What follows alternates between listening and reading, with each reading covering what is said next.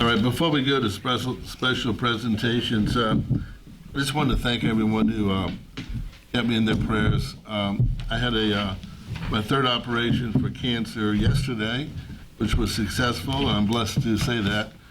And I definitely wanted to point out that I'm healthy and will perform the functions of the mayor until such time as I am unable to, which I hope is not for a long time. But again, I want to thank you all for thinking of me and your concern and your phone calls. Special presentation. Oh, let me say this too. I really want to thank Dr. Ramey, Dr. Wu, Dr. Bolton, Dr. Maselli, Dr. Head, and the whole team at Usher who worked on me because I don't have to go through any chemo and no medication, so I'm blessed. Great. All right, let's go with special presentations. Councilman Landry. Thank you, Matt. First, I'd like to welcome Troop 227 here from St. Benil Catholic Church. They're working on the Community Citizens of Merit Badge. Is that correct? Thank you. We have on the camera probably 8 to 10 young men who are getting their merit badge tonight, and we welcome y'all here, and thank y'all for coming. About 3 weeks ago, I was contacted by a Harahan family, and their father, Mr. Coy Fauché. Well, let me just say that we appreciate everything everybody does for Harahan when they volunteer their time. Apparently, Mr. Fauché, before most of this council was here, had did a tremendous amount of work at the playground by grading the fields after hurricanes, and did many things. And actually, he coached at the playground. He was the commander of the VFW. And at one point in time, he was promised an award or a proclamation or a plaque, and it must have slipped through the cracks. And he's fallen very ill. He's 87 years old. Unfortunately, he wouldn't be able to make it tonight. So he's asked if he could be taken care of at this time, and we said absolutely. But let me read the proclamation for you. Whereas Mr. Coy Fauché Sr. has dedicated his life with serving others, from serving in the Army with an overseas tour and receiving 2 bronze medals for bravery. Whereas Mr. Coy Fauché was the first police officer to be hired in the city of Harahan by Marshal Mastretta. Whereas Mr. Fauché put in endless hours working and grading Soniac Playground to make fields for the children of Harahan. Mr. Coy Fauché was Junior Vice President, Senior President, and Commander of the VFW in 1950 through 1951. In special recognition of his importance of hard work and dedication, I, standing for Mayor Minnie Mosca, do hereby proclaim January 19, 2012, Mr. Coy Fauché Day. So we made a nice proclamation for him. We had him a nice plaque he can put on his wall.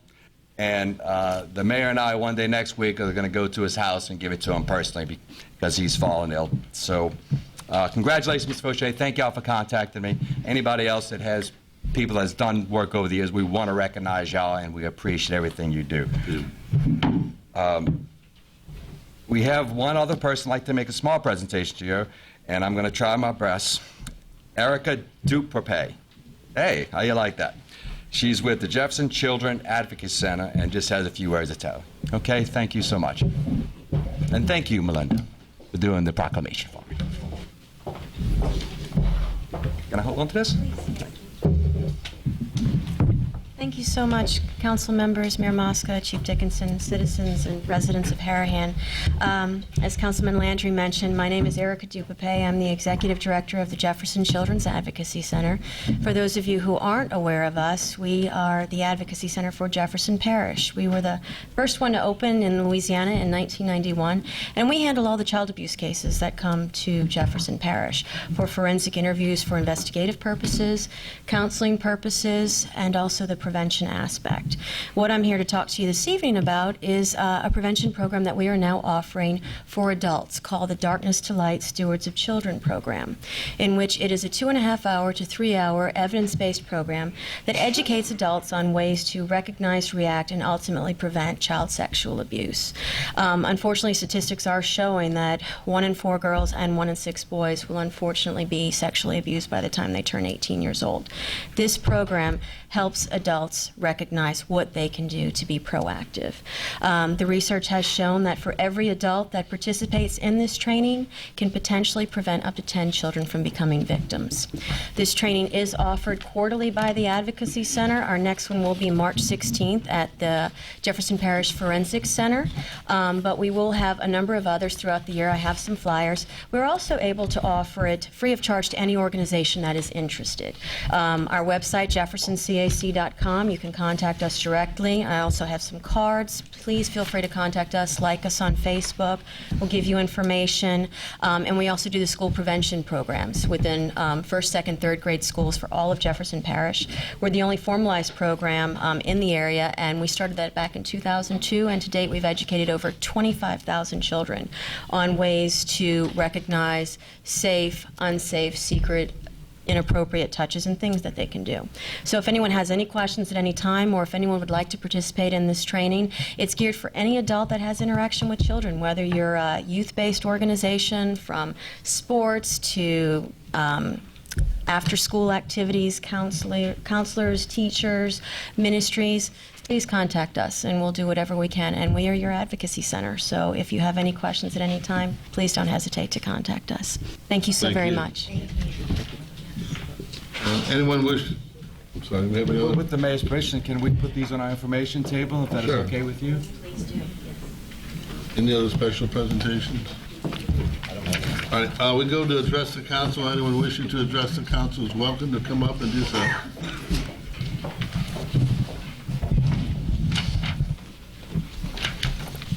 Good evening. My name is Cindy Herman, and I had contacted the council and Mayor Mosca regarding the Second Saturday Arts Festival and the funds that were left over to be used for a highway marker.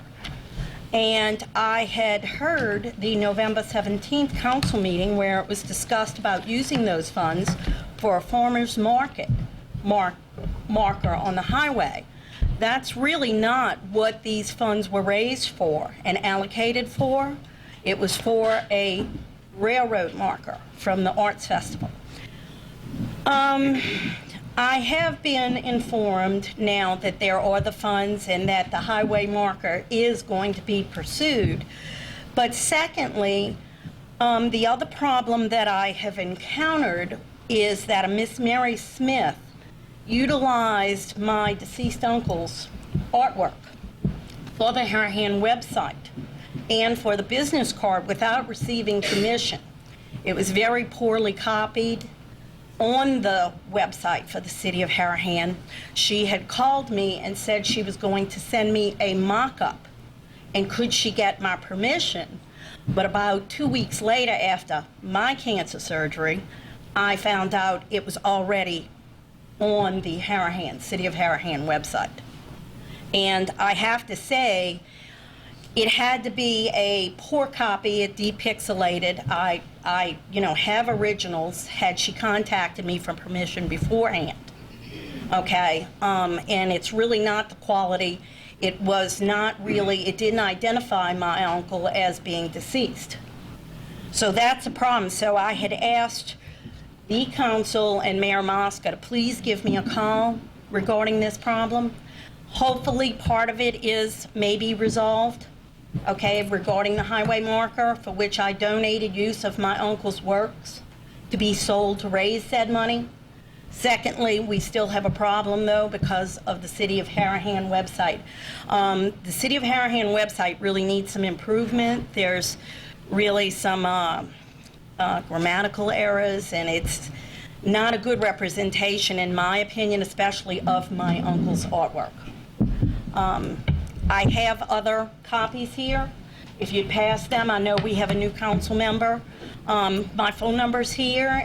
Is there any questions or anything I can answer? We will probably get in touch with this early next week. Okay, okay. All right. We spoke before. Yes, yes, okay, thank you very, very much. Thank you.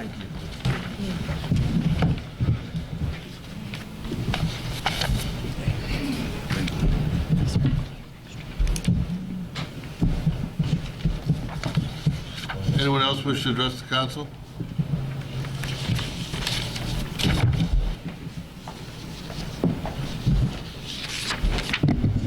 Good evening.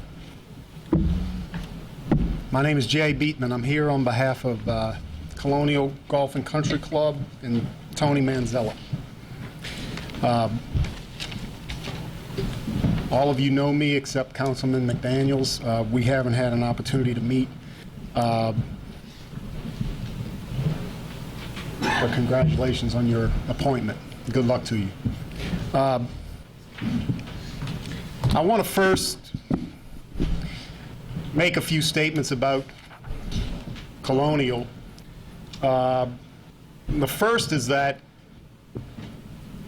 the unfortunate result that was reported in the newspaper today of Colonial's closing is accurate. At the end of this month, the club will close, and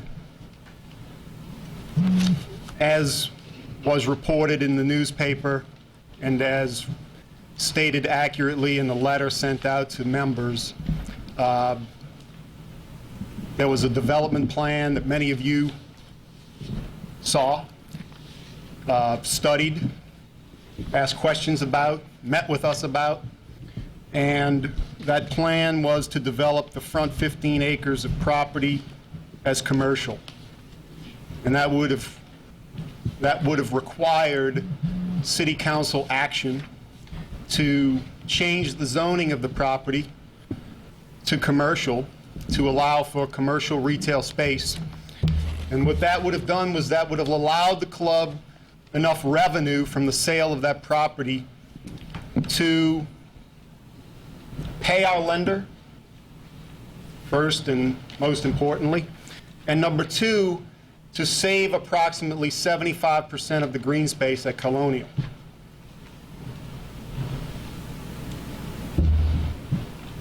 As Mr. Manzella said in the letter to the members, this city did not embrace that plan. Number one, not only did they not embrace that plan, there was no support for the plan.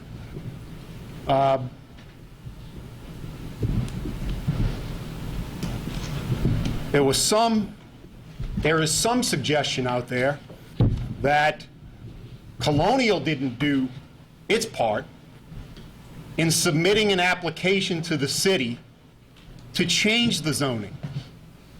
And I'm here to tell you today that that's preposterous.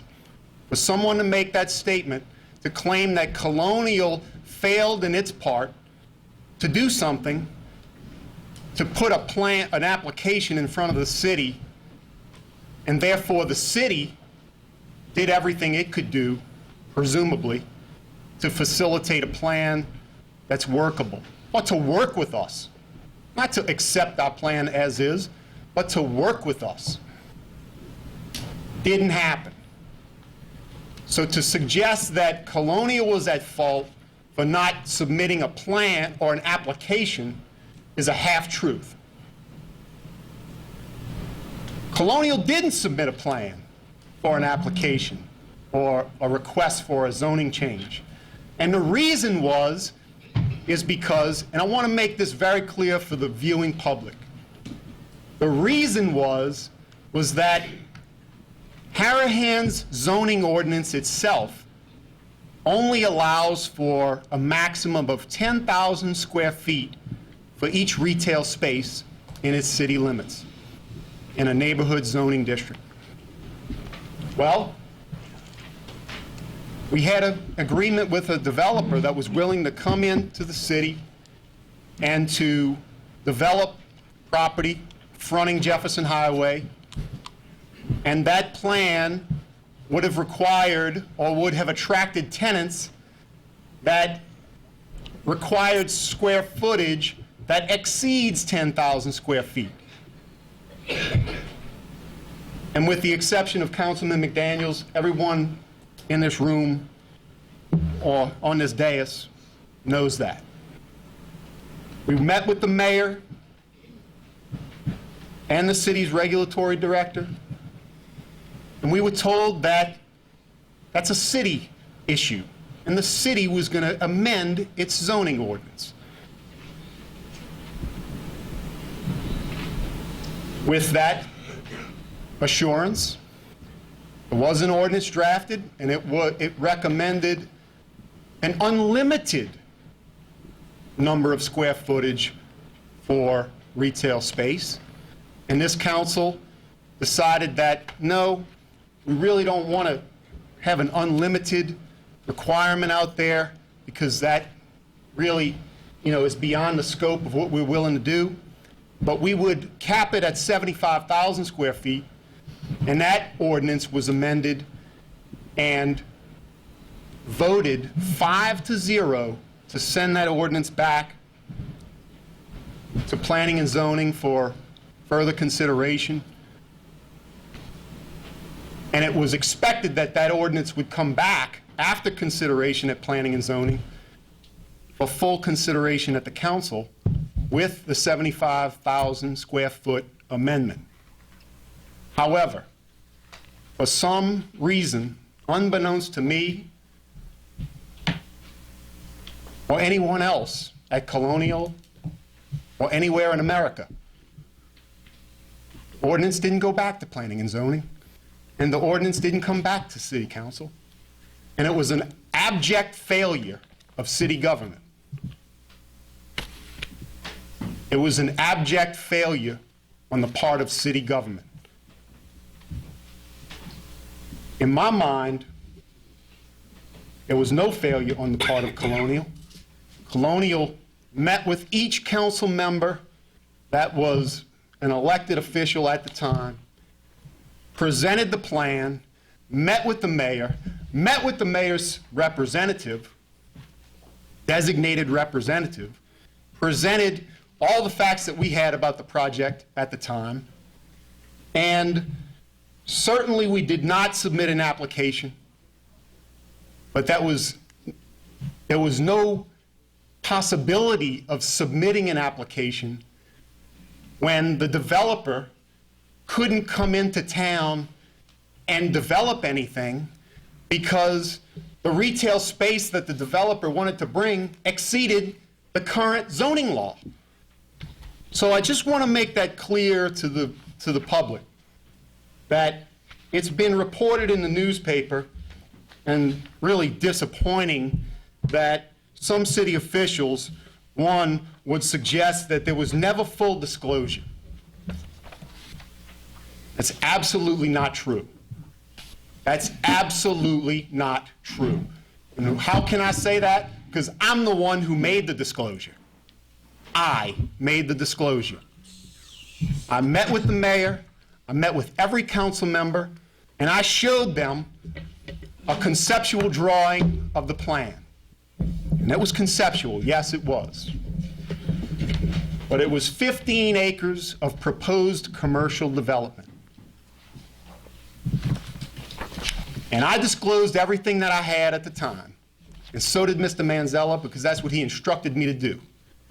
And there was never any attempt, and I would challenge anyone in this city government, to point to one instance where there was not full disclosure. I'll challenge somebody to do that. Point to an instance. Don't just make a statement that there was never full disclosure, because that's absolutely false. Secondly,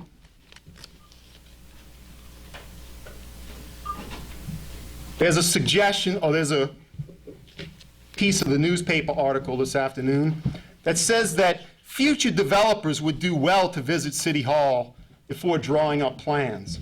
Well, in my mind, that implies that we didn't visit City Hall before we drew up plans, and that's not true. We visited City Hall, we met over and over with city officials, and we did everything possible to educate every council member, the mayor's staff, the administration, members, neighbors, people who lived right next to the club and people who lived on the other side of the city limits of Harahan. I came here 3 times at the mayor's meetings, and I invited everyone to come and visit and sit with us to discuss our plan.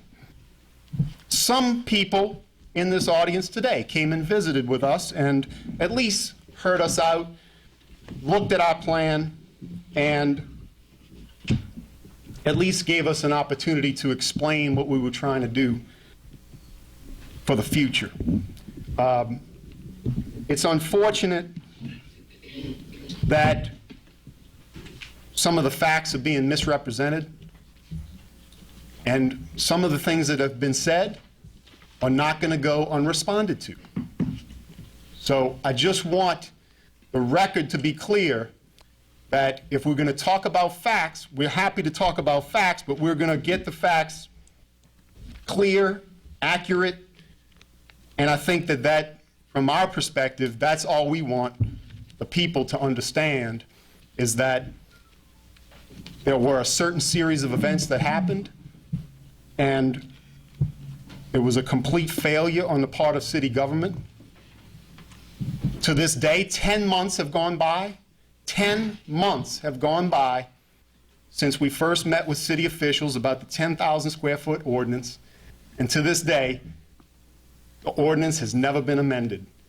So in this city, there's still a 10,000 square foot limitation on retail space, and whether it's Colonial or ABC grocery store or whatever, there's a 10,000 square foot limitation in neighborhood zoning district, in the neighborhood zoning district. And that's, if that's what the city intends to remain as the law in Harahan, then we're okay with that. But own it. Own it. So, in closing, I'd like to at least acknowledge that for those council members that kept an open mind and that sat with us and considered what the project was about and considered the fact that we were willing to guarantee 75 acres of green space in perpetuity, forever. And then we said it 3 times back when the mayor conducted his meetings, and I said it once after that at a subsequent council meeting, and I'll say it again tonight. We were willing to preserve that 75 acres in perpetuity in exchange for an opportunity to develop the front portion of the property, to pay the debt, and to save the most significant historic club in the city of Harahan. It's unfortunate, and I think that at some point, there's a movement afoot.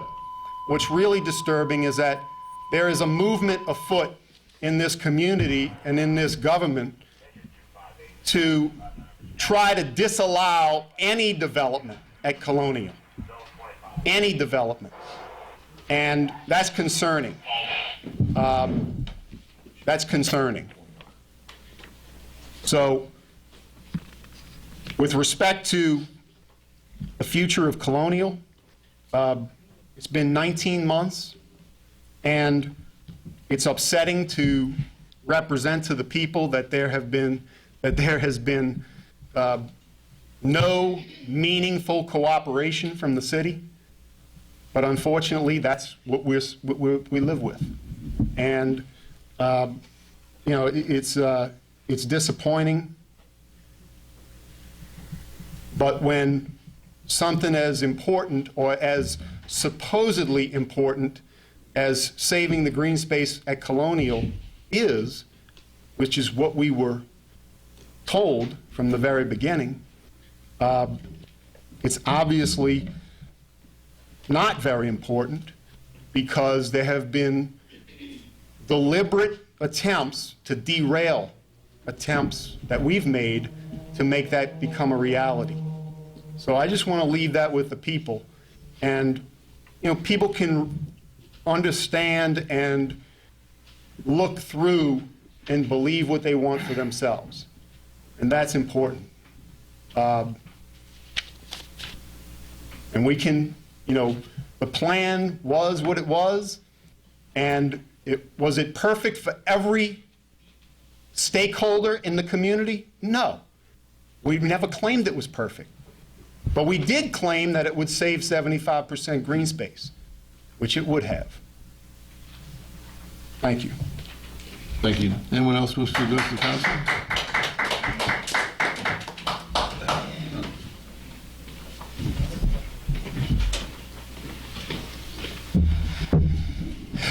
This is tough. I just want to say thank you to all my members that stayed with us the entire time, stayed with me through all the troubled times over at Colonial. The last 19 months, y'all stuck by me. Y'all were there. No one got out. Y'all tried to fight to the end with me, and I appreciate it. And I want to let everyone know there that I really do appreciate it. I also want to thank my mother-in-law and father-in-law that put up, a lot for me to fight this fight. I want to thank them, my family, especially my wife. I love you. This was hard on us, and I want to take this moment to say thank you very much. Little T, I love you. I know it's hard on you, buddy, but hey, we tried, we did our best, and we're going to move on from here. I have one other thing I want to say to Councilman Gautier and Ms. Hewitt. I want to thank both of y'all for having an open mind and trying to save the green space with us. Thank you. Anyone else wish to address the council? Welcome to do so. I'm Kelly Kushler, and I live at 133 Glenwood. So the club would have built a parking lot in my backyard when they did the shopping center. And I was okay with that because since I moved into Harahan in 2006, my husband died a few months later, and I've been a member of Colonial. It's been my friends and my activities. I've learned how to play golf and love it, and I was very sad to get the email last night that he's closing the club. I thought we were going to have till at least March. But my heart is sad because I know Harahan's a wonderful place to live, and I've lived here this long, and I love the small safeness of it. But it doesn't want to grow if it's not listening to the opportunities to grow. And to have a Whole Foods in our backyard would have been amazing.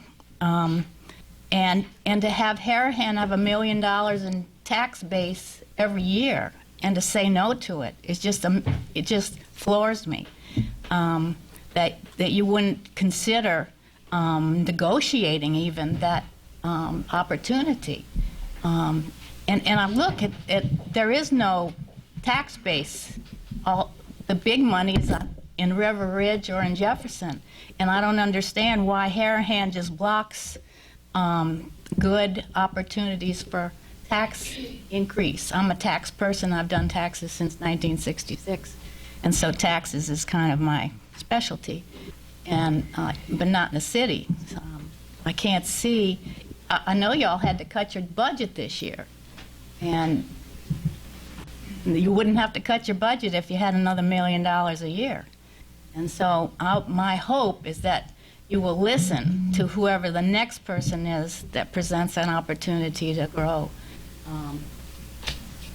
Your business minds could be opened to save Harahan from, you don't want it to be center city, but you want it to be growing and progressive like Jefferson is. Harahan doesn't seem to be progressing like Jefferson does. And so my hope is that this hurtful 19 months Tony can be the martyr. And when there's a martyr, there's usually a resurrection of something good from it. So we know that all things do work together for good. So this hurtful time can become something better now. And I pray that Harahan can learn from this. Thank you. Thank you.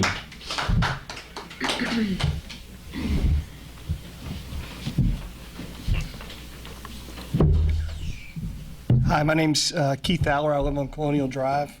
I just want to thank the Manzellas for actually trying to make this a better place.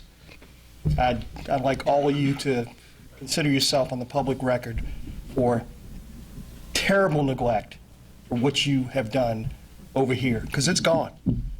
History. Just like that in a whisper. I want you all to remember that. Your incompetence and your inability to act is causing that place to go away forever. And everybody thought it couldn't happen. Remember that. Congratulations. Anyone else wish to address the council? They're welcome to do so.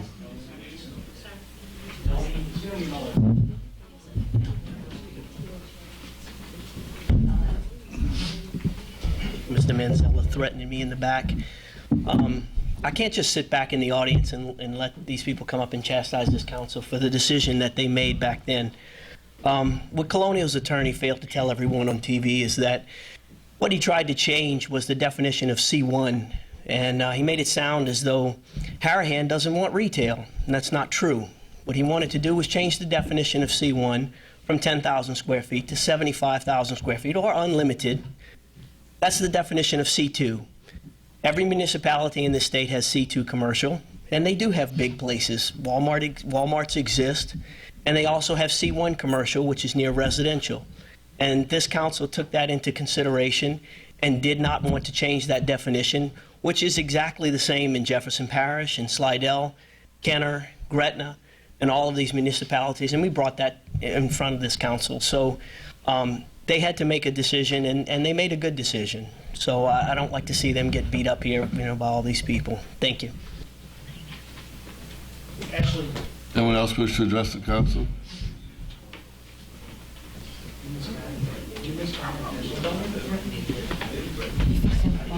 Excuse me, please.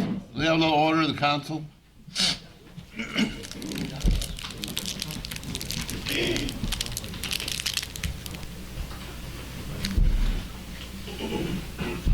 Yes. Good evening. I'm Craig Johnston, 7373 Jefferson Highway. I'm just up here just a short moment just to reintroduce myself to the citizens. I'm running for council of Harahan. I'm walking the streets right now, introducing myself to everybody, talking with you about any concerns you have. If you have any concerns before I get to you, please be more than welcome to give me a call, 259-5763, and thank y'all. Thank you. We're still open to address the council. You're welcome to do so. An opportunity to be heard. Don't pass it up. Okay, next, Madam Clerk, we have the reading of the minutes of the council meeting on September 15th. We're going to ask them if there's a motion for that. Want to ask them that? Is there a motion? Motion. Motion by Murray. Second. Second by Baudier to dispense with the reading of the minutes. All in favor? Yay. Any opposed? 5 yeas, no nays. And we also have a motion for approval of the minutes by Murray, second by Baudier. All in favor? Yay. 5 yeas, no nays. Then, Madam Clerk, we have the reading of the minutes of the special meeting of January 5th. Motion. Motion by Murray, Second. by Baudier. All in favor? Any opposed? 5 yeas, no nays. And as far as the approval of those minutes, is there a motion to approve those? By Murray, second by Baudier. All in favor? 5 yeas, no nays. Next, we have communications. Madam Clerk, we have the January 4th planning and zoning minutes. We're going to ask them if there's a motion to dispense with those minutes. Motion. Motion by Baudier, second by Murray. All in favor? 5 yeas, no nays. Motion by Baudier, second by Murray to approve those minutes, 5 yeas, no nays. Next, Madam Clerk. We got December 28th. We're going to ask them if there's a motion for that. Motion for Appeals Board, Yeah. December 28th. Motion by Baudier, second by Murray, to dispense with those reading of the minutes. All in favor? Yay. Any opposed? 5 yeas, no nays. And then we have a motion by Baudier, second by Murray to approve those minutes. 5 yeas, no nays. Anybody got any resolutions? Dave, Yeah. just quickly, we don't have the minutes from the special meeting on Okay. January 5th. was not attached on. It's not in your packet? We need to approve and Hold on. read and approve those in special meeting. You know if we have those, Madam Clerk, or no? I can go get a copy of the special meeting minutes right now. I thought I It's had not them on in the here. agenda. They're in here, they're in, they're, Yeah, but we need to have it on the agenda. Well, we can suspend the Can we rules suspend the rules? by Murray, second by Landry, to add the minutes of the special meeting. All in favor? Yeah. Any opposed? 5 yeas, no nays. they're right here. Oh, you got it? Okay, good deal. All right, then we I guess I have, an old one. I have an old one. Here? Yeah, he didn't. motion by Bode, second by Landry, to approve those minutes. All in favor? Yeah. 5 yeas, no nays. And finally, a motion, Oh, planning and zoning? We did that? oh, that's it, I That's for the, think. yeah, it's for the special meeting. Yeah. All right, resolutions? We have any resolutions? Yes, yeah. Next, we have the civil service appointed to Lee Brown. That's the fireman. I don't know if the chief's here or not, He had to go on the call. but the fire department had an election to promote Lee Brown to the civil service board, and it was approved by the fire department, and we're here tonight to ratify that approval through a resolution. Madam Clerk, this is resolution number 2012. Why don't you read it? A resolution appointing Lee Brown as representative for the City Council of Harahan Fire Department to the City of Harahan Fire and Police Civil Service Board. And whereas the election was open from December 1st, 2011 to December 5th, 2011, and whereas a vote was taken on December 5th, 2011, and whereas Lee Brown was elected to serve as a Harahan Fire Department representative to the City of Harahan Fire and Police Civil Service Board, and whereas Lee Brown was sworn in as a representative of the City of Harahan Fire Department on December 15th, 2011, and whereas the state of Louisiana revised statute 332531 states that the governing body of the municipality must appoint within 90 days. Now therefore be resolved that the governing body of the city of Harahan, state of Louisiana, acting as the governing authority of said city, Section 1 appoints Lee Brown as representative for the City of Harahan Fire Department to the City of Harahan Fire and Police Civil Service Board for a term of 3 years as states in revised statute 332536. The foregoing resolution was read in full. The roll was called on the adoption, therefore, and resulted as follows.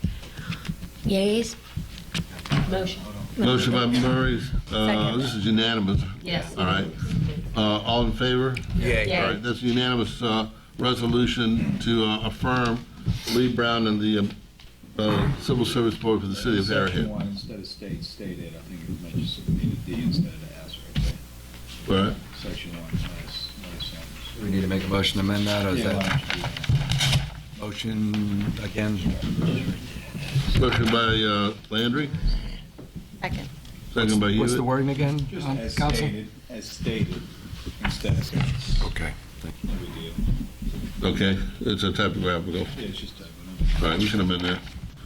Next, we have, Madam Clerk, a resolution number concerning the election. You want to read that? Yes, sir. Whereas the mayor and city council of the city of Harahan has received official notification from the Louisiana Secretary of State of the resignation of Paul Johnston, council member of the city of Harahan, Louisiana, effective Saturday, December 31st, 2014, at 8 a.m. And whereas the resignation has created a vacancy on the council of the city of Harahan, and the unexpired term of office in which the said vacancy exists will end on March 24, 2012, and exceeds 1 year. And whereas Patrick McDaniel was appointed to fill the said vacancy on January 5, 2012, until the March 24, 2012 election is held. Now therefore be it resolved that the council of the city of Harahan, state of Louisiana, does hereby issue this proclamation pursuant to LSA revised statute 18602 E2, ordering a special election to fill the said vacancy on the council of the city of Harahan for the remainder of the unexpired term as follows.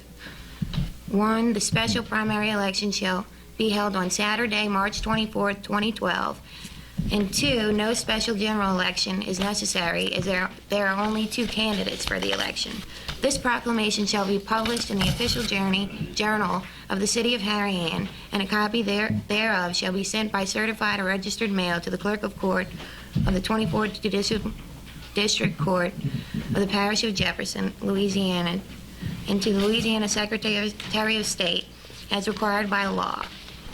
The foregoing resolution was read in full, the roll was called, and the adoption thereof resulted as follows.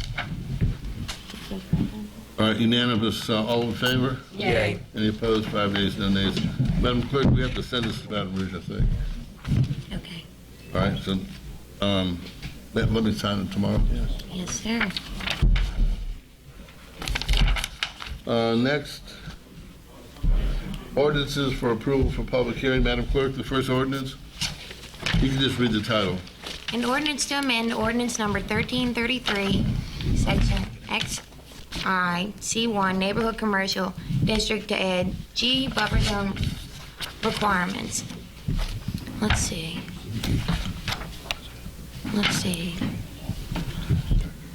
To general commercial district to add I buffer zone requirements and, let's see, what's that section? 13, LI, light industrial district to add G buffer zone requirements. I gotta get those numbers right. All right, there's a motion by Murray, second by Hewitt to defer this. All those in favor? Yeah. Any opposed? 5 yeas, no nays. Madam Clerk, you want to read the second ordinance by name only? An ordinance to amend Harahan Municipal Code, Section 86-41, subdivision sanitary sewer system, Section A, B, C, D, E, F, G, and H. Do we have a second, excuse me, Mayor, do we have a second on this ordinance? I don't think we need one for first reading. Oh, this is first, excuse me, I'm sorry, I thought Oh, this was the one wait, that's... you're wrong. Oh, yeah. I'm sorry, it's going to I be don't know if it deferred. failed for a second or... First No? reading? Not this one. No, this is an older sanitary ordinance. It's an older ordinance, this is the sewer treatment, right?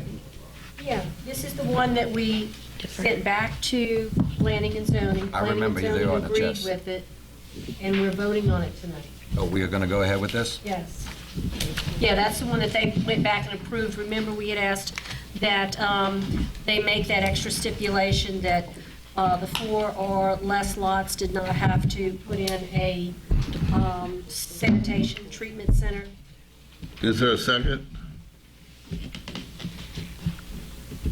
All right, if there's no second, it fails for lack of a second. Okay. All right, let's go on to ordinances for introduction. I'm sorry? Never mind.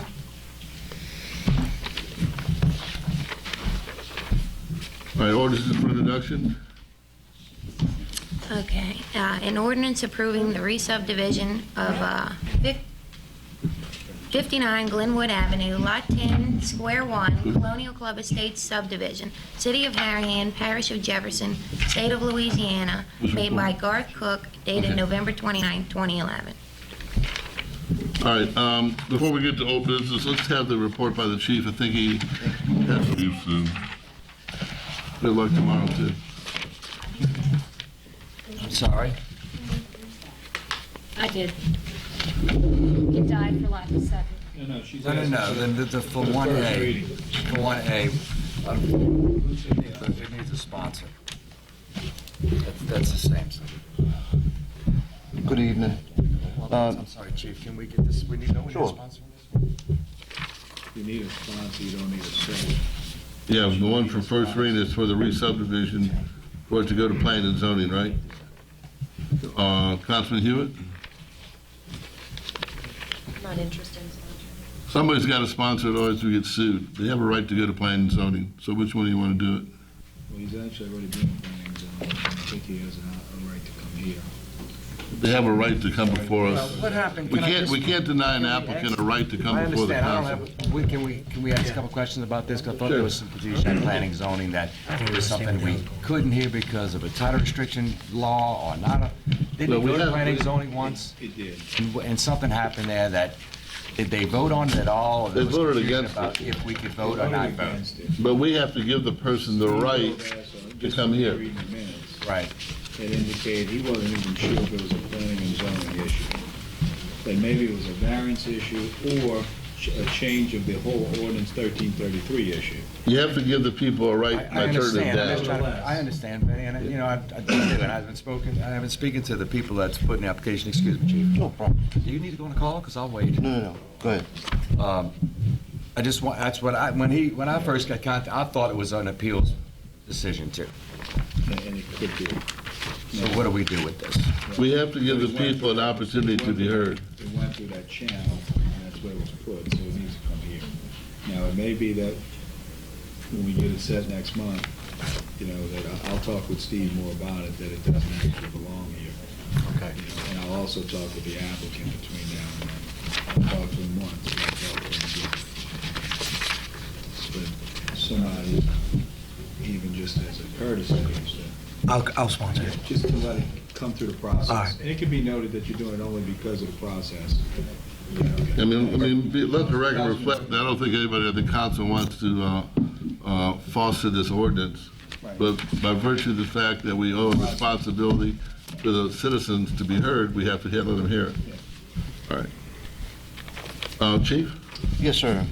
First of all, Vinny, I'm glad to see you back at work, and I admire your dedication to the city. It's very impressive. You're already back at work. Thank you. I'd have been home for months after that. So. But we're glad to have you back. Unbelievable. And also, I'd like to congratulate Pat McDaniels for your appointment. I know you'll make us proud, and you'll do a great job. So thank you for taking it. 2011 met us with many different challenges. We captured everything from alligators to coyotes to sex offenders to drug dealers. We appreciate the efforts of our citizens in assisting us, and I'm proud of the job that our officers do. Thankfully, we have citizens who are aware of suspicious activity and who look out for each other, and more importantly, are willing to get involved to report criminal wrongdoing. As a result, we are solving crimes. Solving crimes helps to prevent future crimes. Looking ahead to 2012, we will be hosting a monthly presentation at the Senior Center about crime prevention. We will be announcing each topic at the beginning of each month. The meeting will be on the third Thursday of each month at 6 o'clock, and we will have a different guest speaker from the surrounding law enforcement community at each meeting as well.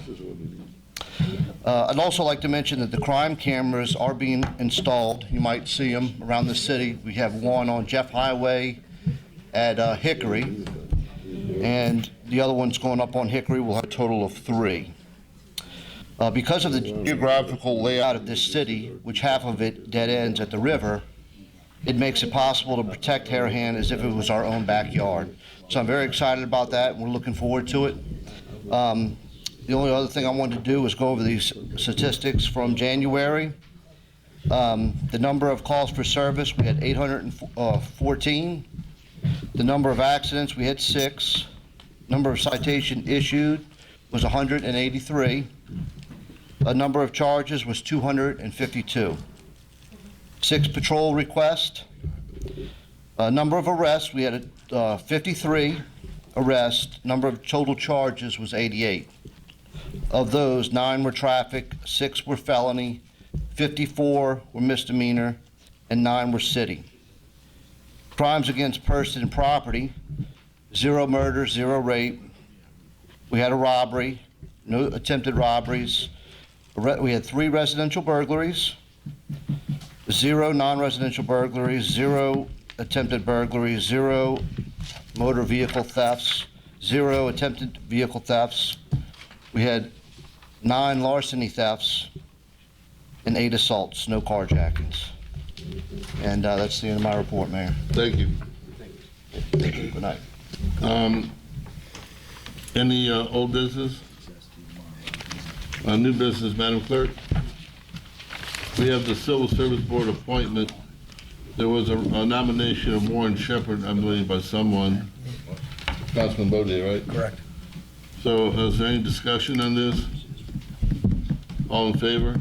Yay. Any opposed? 5 yeas, no nays. Mr. Shepherd, you want to come up and introduce yourself?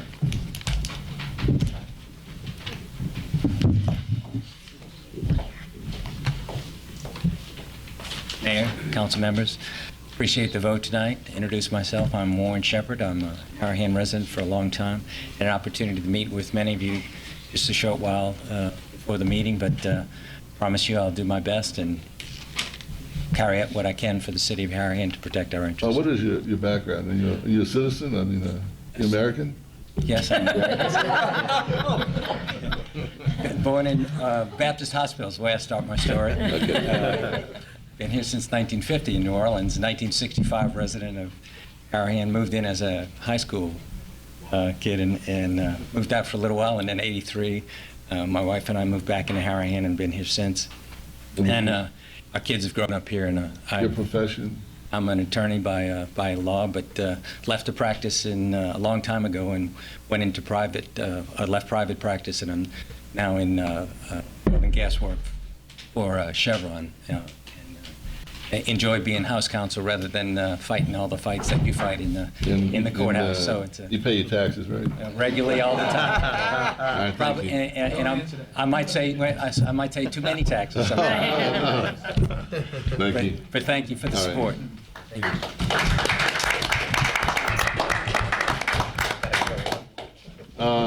you. Madam Clerk? Planning and Zoning Board appointment, Stephen Delfraz. Who appointed, that was Councilman Hewitt? I did, yes. All right, any discussion? All in favor? Any opposed? 5 yeas, no nays. Madam Clerk, you gotta inform him tomorrow. What? Yeah, we're gonna inform him. Okay, got it. Next, Madam Clerk, And the appointment of Mayor Pro Tem. is there a motion? I nominate Councilman Hewitt, Dana Hewitt. Motion by Landry. Second. Second by Bode to nominate Councilman Hewitt. All in favor? Yay. Any opposed? 5 yeas, no nays. Congratulations. Thank you. Stay well, Benny. We'll see you tomorrow morning at 7 a.m. We'll have coffee. Next, Madam Clerk.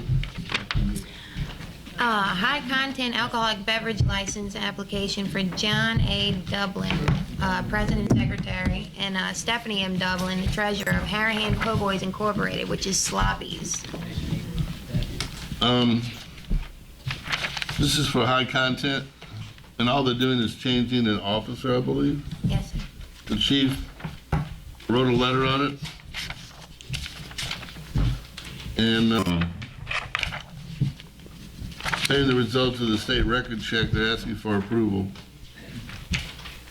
Is there any motion on this? Motion. Motion by Murray? Second. Second by Bode? All in favor? Yay. Any opposed? 5 yeas, no nays. Madam Clerk, what else?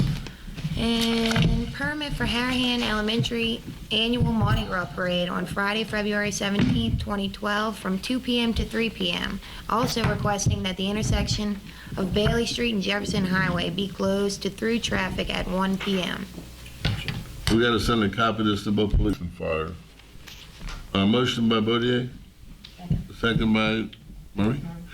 All in favor? Any opposed? 5 yeas, no nays. Mardi Gras lives on. Okay, we'll go to address the council again. Anyone wanting to address the council is welcome to do so. Secretary's report. Okay, we got to go into executive session.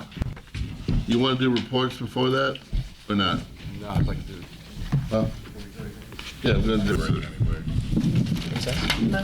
Motion Second. by Burry, second by Bodie, to go into executive session. You can bring it back to the check. All right, we got any bills to pay?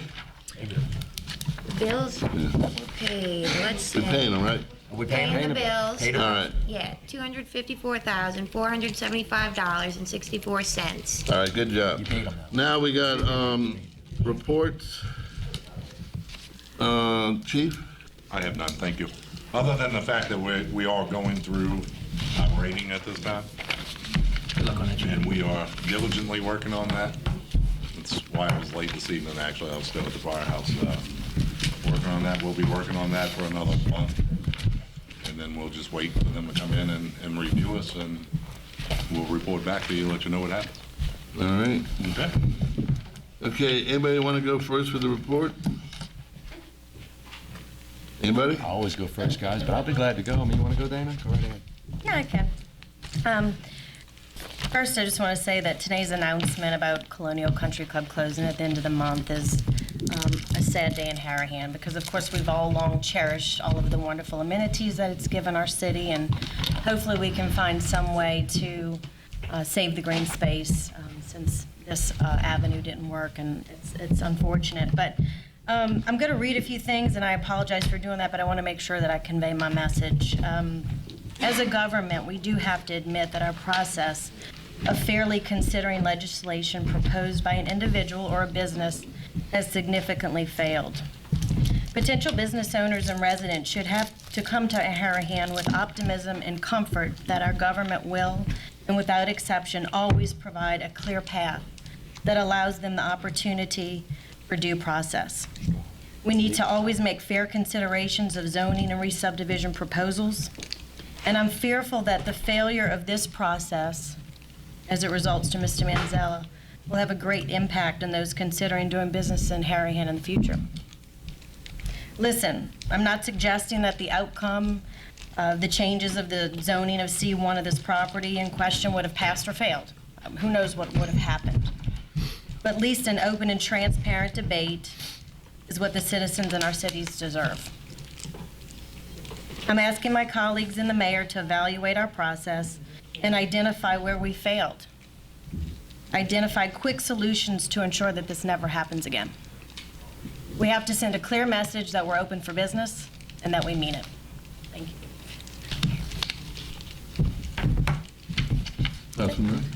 Thank you very much.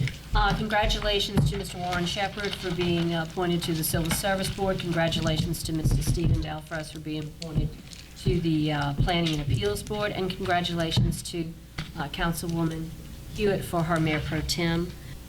Have a safe and happy Mardi Gras. And I was going to comment about Mr. Manzella's situation. We're very sad that it's happened. I think that all of us up here were very open-minded in spite of what several had to say. We've all talked to him in the past. And we also listened not only to him, but we listened to our other residents around the city. Is that not only do we have him as a business person, but we also have our residents that we have had many of us speak to that didn't want this to happen. I had several meetings with many of the individuals that encompass that, and people that were not directly affected, who were not in favor of such a large commercial area. They would be several were telling me they were more than happy to consider something smaller, and that they knew that something needed to happen, that there needed to be compromise, but they didn't feel that unlimited space and giving someone carte blanche to do what they wanted on 15 acres that is actually zoned R1, which is residential. He would have had to come and change our residential, change the zoning ordinance, and also would have had to come and rezone it and re-subdivide the area. So I thank Mr. Cambry for coming up and his comments on that. We get lambasted quite often when we feel like we're making the right decision. And in my heart, I feel like I have had a good open mind with this. I have talked to several people, and I've listened to what my residents have told me. I've listened to what the voters have had to say about this and what they want for their city. And the reason why most of them are here is because our city is a small residential area. Unfortunately, we don't have much room to grow, and we like to see commercial come into our city because we definitely need that tax base. Without a doubt, we don't want to keep having to tax our citizens on their properties. But this is what they're telling us they want, is they want the residential, small community feel, and not to have a large conglomerate of commercial. Hopefully somewhere between those two lines there will be eventually some kind of compromise, and something will take effect. And I'm very sad to say that I'm upset that the golf course is going to be closing. So, thank you very much. Y'all have a good and safe Mardi Gras. Appreciate it. Councilman Boudet? As I was campaigning the first time, about 4 or 5 years ago, talked to a lot of people out, and I'm real progressive, probably more progressive than anybody up here. I built my business from when I was 17 years old to today, and I believe that business is how we build, a great tax base. And I heard so many times, wow, we should have floated the boat. What a mistake we made. And I got to tell you, from my eyes and the way I see it, is that look what Kenner's got now. Everybody was so scared to float the boat here. And now Kenner's got some of the nicest development at the end where the treasure chest is today. And they were brave, I feel, when we weren't. And then the high-rise came, the high-rise or the apartment complex that they wanted to put on a Badger. Again, I thought it was a great idea. It got out of control real fast. The economy fell apart. So as the economy started to disintegrate, so did the idea of the high-rise. I was in favor of developing the front of Colonial. I don't want to see the rest of the green space go. I moved to Harahan because it's unique, and I feel that with the club closing, we're going to lose a real unique aspect of what we have here, and maybe a real unique aspect of the parish if the green space gets developed. What I'm most fearful of, and I'm going to echo what Councilman Hewitt said, is that how is this going to taint Harahan and business growth here? Who's going to want to come here? And I saw ordinances get introduced on sanitary sewage, buffer zones.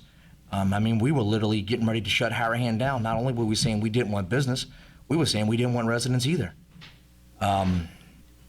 This is, at some point, if business doesn't grow, which I believe the city, so many times people have told me it's not a business, but it's still got to run like a business. And if we don't grow, we will ultimately come down to the one sheer fact that we will have to start taxing people. I don't want to pay more taxes, and hopefully my children will be here. I don't want to put tax burden on them. I don't want to put tax burden on my neighbors or anybody else around. And so I get real concerned when things like this happen and we become real limited in the scope of how we believe in and where we want to go with business and development. And maybe it wasn't a right fit for everybody, but it got real closed-minded real quick, and the votes just wasn't there for it. My heart is broken for the Manzella group, and I noticed this man really pumped a lot of time and effort into trying to save this club. And I think, wow, what a sad day for Harahan. I'd also like to say one other thing.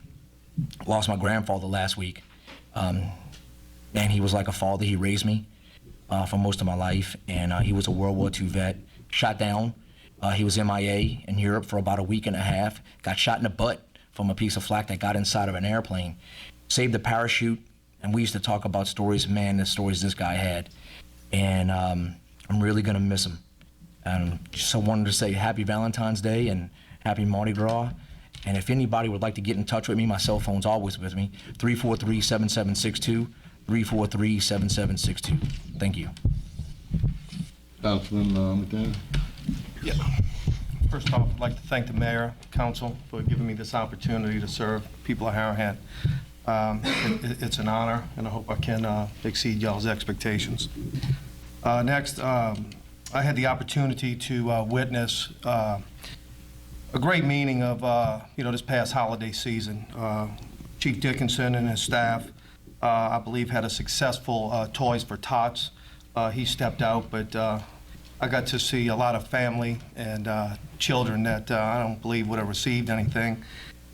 Received some gifts that really put some smiles on a lot of children's faces. So say hats off to Chief Dickinson and his staff. On a positive note, on Harahan, the playground, which is a great place to be, is we are in the new year 2012, and the HAA, which is the Harahan Athletic Association, is accepting membership. It's an annual due for the year. Not only is it good for the children, it's good for the parents, grandparents, neighbors, uncles, moms, dads, to get involved. We need all the support we can, and hopefully we can see everyone out there. Thank you. Councilman Landry?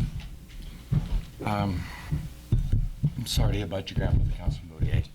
I also would like to congratulate Councilman McDaniel and thank you for your service. We appreciate it. Congratulations, Councilman Hewitt, on your appointment to Mayor Pro Tem. Thank Mr. Shepard for the Civil Service Board and, of course, Mr. Dalfres for the Zoning Board. I'm going to apologize in advance for being a little long-winded, but I'm going to be. Colonial Country Club. I have been looking at Colonial Country Club and their debt issues for 7 years. And I will not blame anything on the group there that happened with the condo issue or anything else happened back then. But I can assure you there were other plans offered to Colonial that would have paid their debt when it was $2.7 million, that was reasonable and ready to be moved on, that they did not listen to and wanted to go for the condominium complex, which, again, was a $90 million project to pay off a $2.7 million debt. And I don't know what economic school they have attended, but that certainly doesn't seem to be reasonable to me. They had a very pretty picture and a very nice rendition, but absolutely no plans. Let us do it and trust us, and it will happen. Nobody knew the economy was going to dump, but certainly glad we didn't go down that road, because we would have a half-built condominium back there. But in the past, with that, my love for Colonial Country Club, I get insulted when I'm questioned that I don't care about the club or don't want the club. My parents came here in '58, wonderful people. When I say they didn't come for money, you can believe what I'm telling you. But my father worked his butt off, and my mother, and gave us an opportunity to get educated properly, teach me the family business. And in 1995, I was fortunate enough to buy a home on Colonial, which was probably a dream of my father's, and I am proud to be able to say that I accomplished it. To be able to belong to Colonial Country Club was something that was extremely a proud moment, because when we were children, I grew up close to Todd. We didn't belong to Colonial Country Club. No, sir. So to give my children an opportunity to do that was something that meant a great deal to me. So I would do anything to save the space. But to the issue at hand with the development in the front. Now, I met with Mr. Tony Manzella and his attorney, Mr. Beekman, probably at least 15 times. Now, when we first met him, the plan was a 10-acre parcel in the front with 2 buildings. It was going to be a bank and a drugstore. And I said, you know, this is extremely reasonable. At one time, I would have been against any commercial development back when I was on the zoning board. But the more I look at some of the new developments going around, they're absolutely beautiful. And some of them are there to tell me where the building is. They landscaped it so pretty.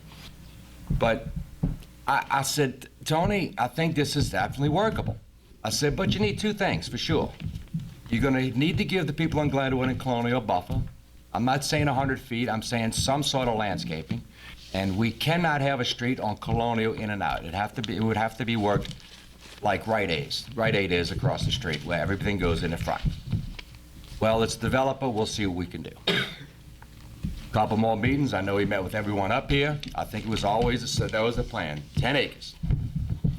Living in the neighborhood, he had a neighborhood meeting to show the area what was going to happen.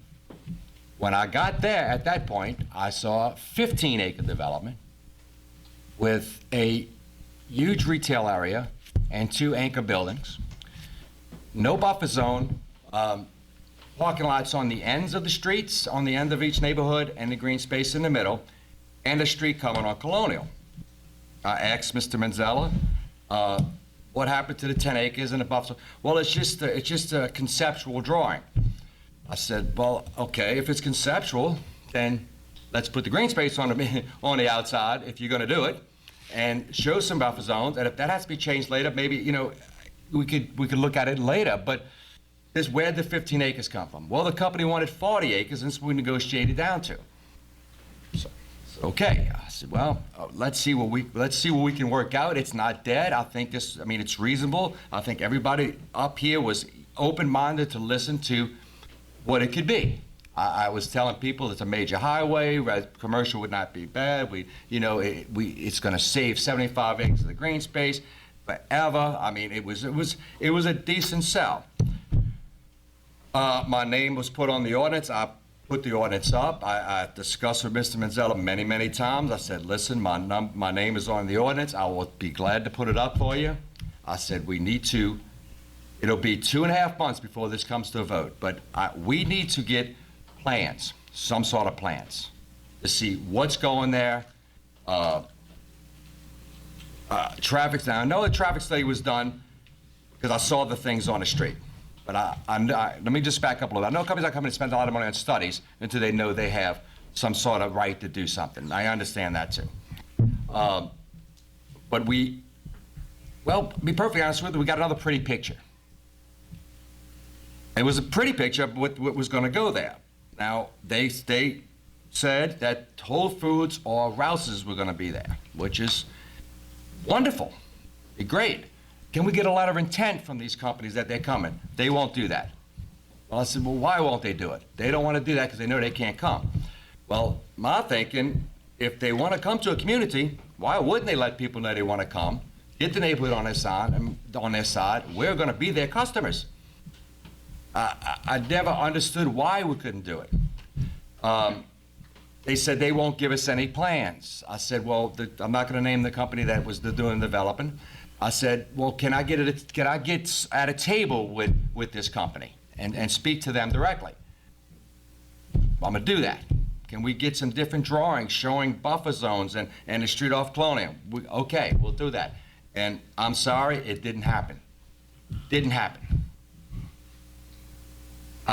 I met with probably 5 to 6 families on Glenwood and spoke to all of my neighbors. I have yet to find anybody that was against the development, absolutely against it. Maybe 1 or 2, but I mean, not against it. They were much more scared of the unknown, of what was going to go there.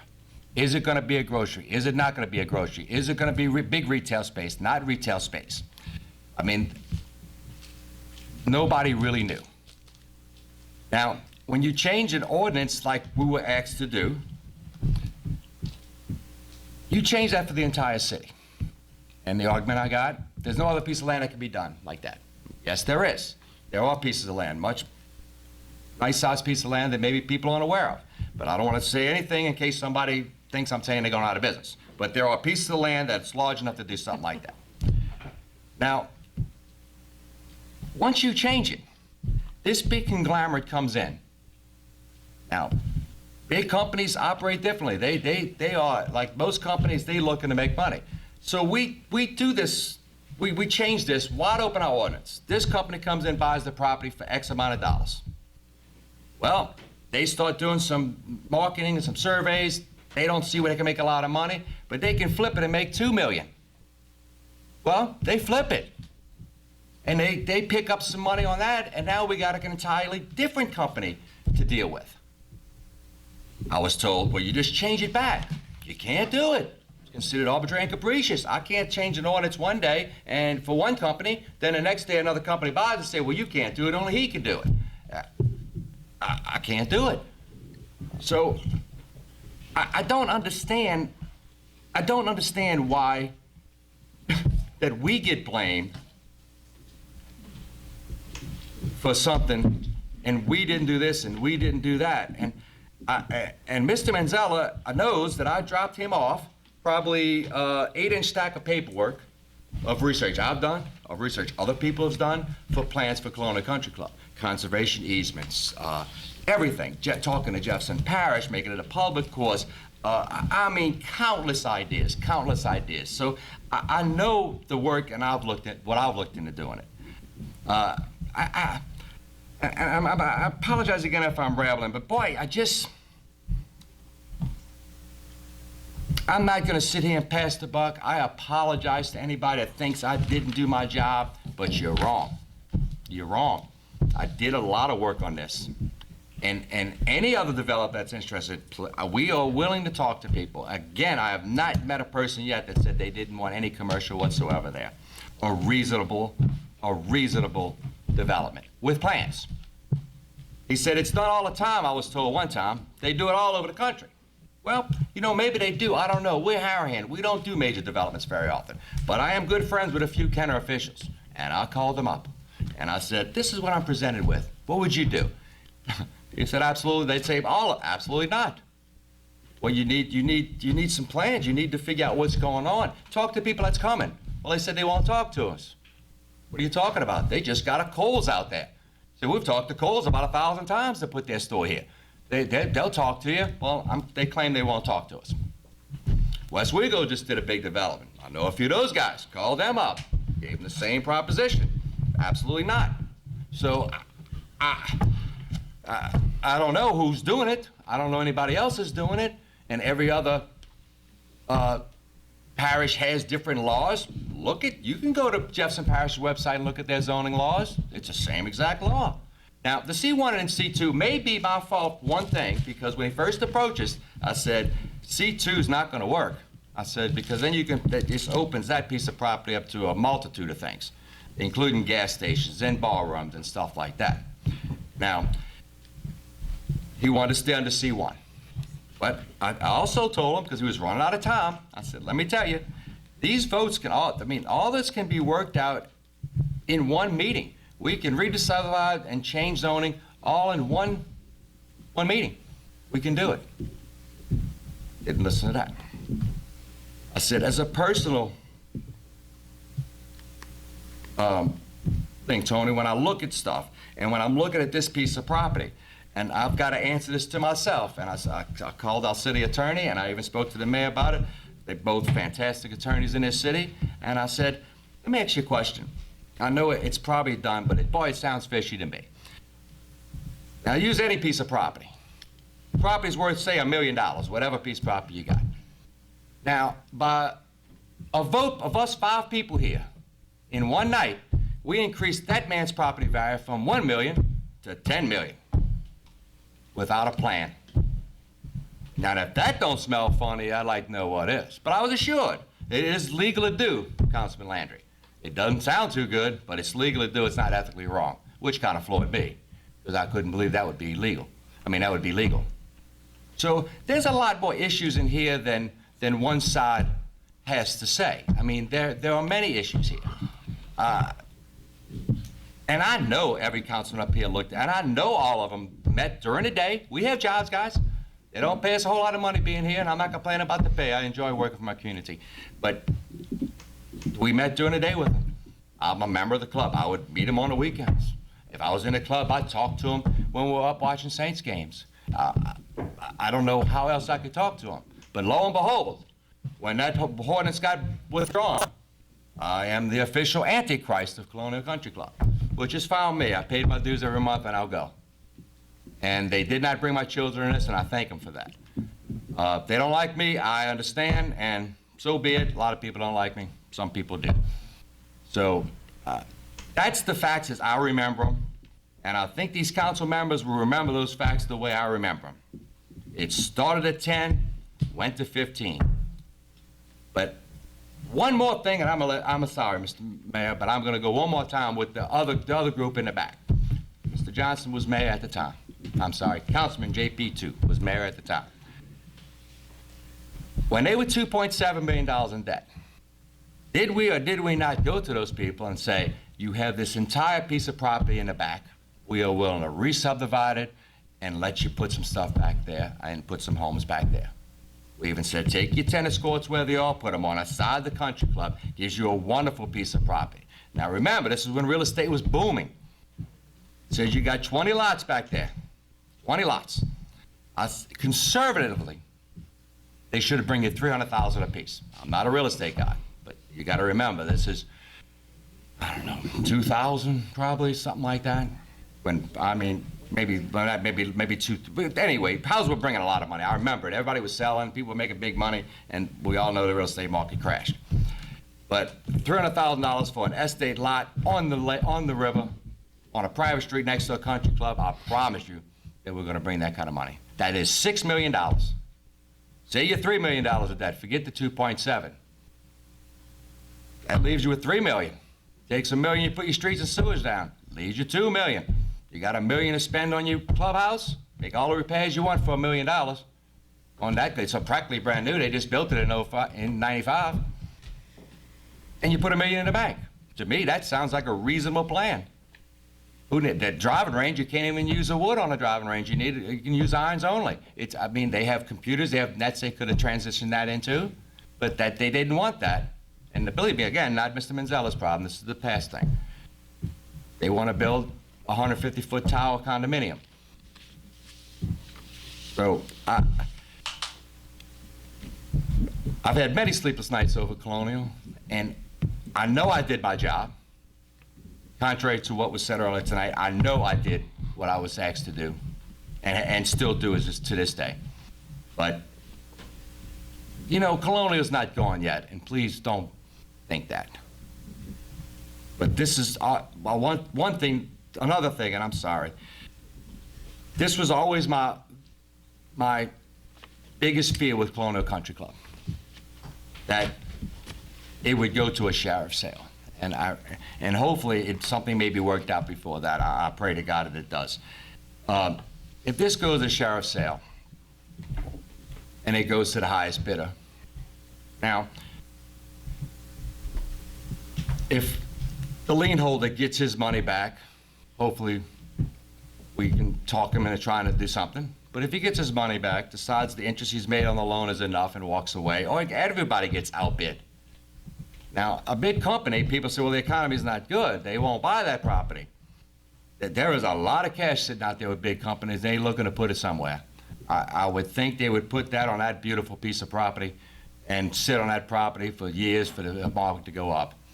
And our law just says we can make them keep the grass 8 inches high. That's what we can do. The boards go up, and we have a mosquito-infested snake pit.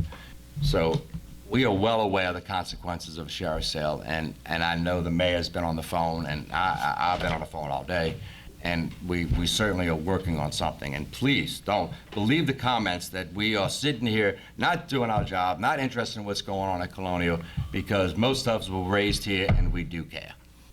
And that's all the facts as I remember them.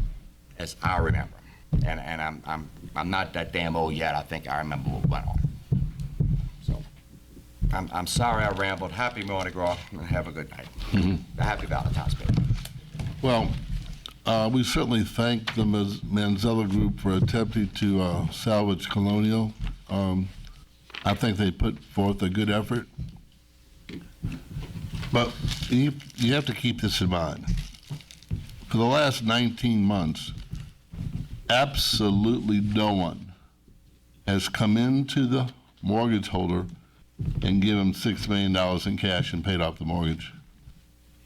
We're looking for someone to do that. We're looking for a wealthy person or group to come in, pay off the mortgage, hopefully keep it as a golf course, develop the country club, develop the tennis courts, keep it as a viable golf course. Now, whether that can happen or not, I don't know, but we'd like it to. I know what the city can't do. It can't finance a person to pay for this golf course. We can't use tax dollars to help somebody buy this golf course. We need a person with money. For the last 19 months, no one has come up and paid for this golf course. It's owned by a man that holds the note, and he wants to sell it. He wants to get rid of the note. No one has come up and paid this man off. Had that happened, then the owner of Colonial Country Club could come to City Hall, and we welcome him with open arms.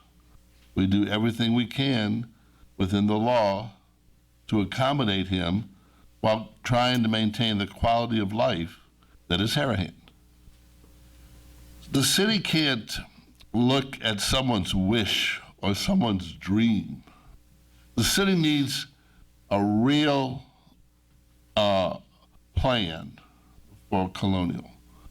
If someone wants to come in and put a store there or a home or whatever, come in and give us a letter of intent showing that you'll move a Walmart in there or you'll move a Rouse's in there. Now, we may not want a Walmart. We might vote against it. But if we had something real to look at, concrete, to study, this council is going to take the responsibility of doing that. They're going to ensure that you have proper drainage, proper lighting, proper streets, proper buffer zones, proper green space. Whatever it is, we're going to ensure that it complies with our present law. And if we have to amend our present law to make it work for the betterment of the city, we're going to do that. But to come in and look at the council and the mayor and say, I got a wish. I got a wish I would have owned this golf course. Help me with that wish. I mean, I'll pray for you, but you got to put money up. You got to come in with your money and purchase Colonial. And then you got to come in and ask for a zoning variance or whatever it is you want to do. And people that are unable to buy Colonial are not going to be able to develop it. So, in the end, there may be an auction, there may not be. But at least we're going to know that somebody with money is going to come into the city and try and make this work. I don't know who that person is yet. Personally, I've tried to get Jefferson Parish to consider spending money on making it a public golf course. That probably won't work, but we're still attempting to do that.